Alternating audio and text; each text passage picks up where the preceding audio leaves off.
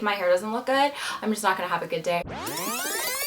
Can you really justify $700 for a heat styling tool? I think so. If you are even having the slightest inkling about buying a Dyson Airwrap, you need to watch this because I promise you by the end of it, I will have it justified. Yes, it's $700. Yes, it's literally for your hair. And yes, you could probably use that money elsewhere. I'm gonna walk you through pre-thought / justification for why I absolutely needed it, to give you the ultimate review, hashtag not sponsored. Number 3, if you happen to shop at Sephora / Shoppers Drug Mart, stay tuned until the end and see how you can save money. I hope you enjoyed the video. If you do like it, please give it a like and subscribe to my channel, and I hope you enjoy the review. Okay, so let's set the stage. I am a 100% hair connoisseur. No joke, for the last 15 years, I've literally had my hair probably straightened or curled 6 out of 7 days a week. No questions asked. I honestly prefer curl on my face because I don't think I have that much hair. Like, I feel like I have a rather thin hair type and I don't want to look like...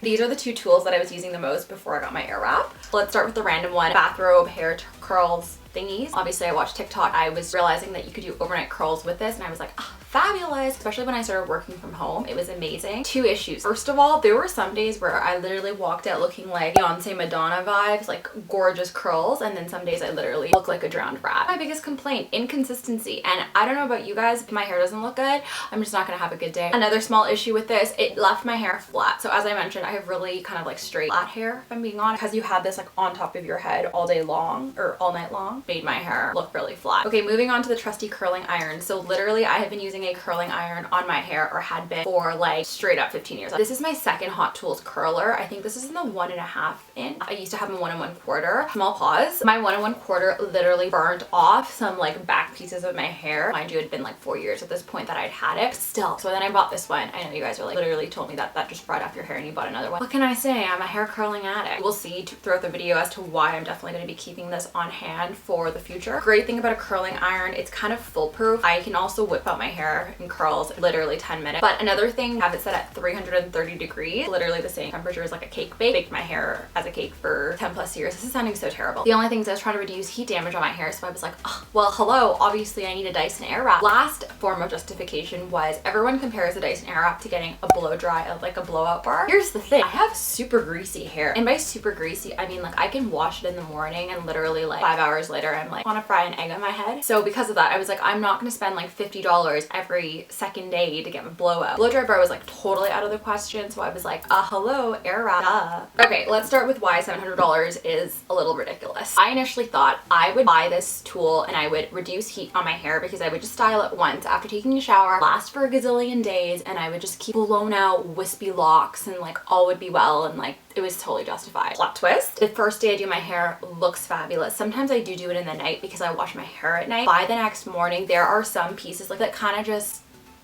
I'm not quite sure what's going on. For context, today's I did yesterday in the morning, and then I did touch up a little bit. This kind of second day hair, but like not really, has been retouched. I know a lot of people say like it holds curl, looks like you have a blowout for like 4 days. Maybe that's what their hair looks like after having it blown out, but as I mentioned, my hair doesn't hold a curl super well. Although it did when it was like a super hot tool. Minor details. If you're going for like, oh, I only have to do my hair once a week if I buy this, I would think twice. Okay, the next thing that kind of sold me on this Airwrap, it comes with 750 attachments. It keeps going. Oh, well, this is the only tool I'm ever gonna need to use in my entire life. Wrong. And okay, while it does a fabulous job, I've used every single one of the attachments, I'm pretty sure by now. 4 of them, or 5 of them the most. Always use a blow dryer attachment, love it, can't say anything bad about it. And I use the curlers. I like my hair curly, so like obviously it kind of makes sense as to why. Bigger ones I do if I'm actually styling it on the day of. If it's the night before, I will use the small ones. I have used these straightening brush comb things. It does a fine job. My hair is naturally pretty straight, so I can't say it's like fabulous or if it's not. I have used this round brush attachment. I like, if you guys want to check out my Aritzia haul video, that's the styling hair attachment that I'd used before filming that video. Okay,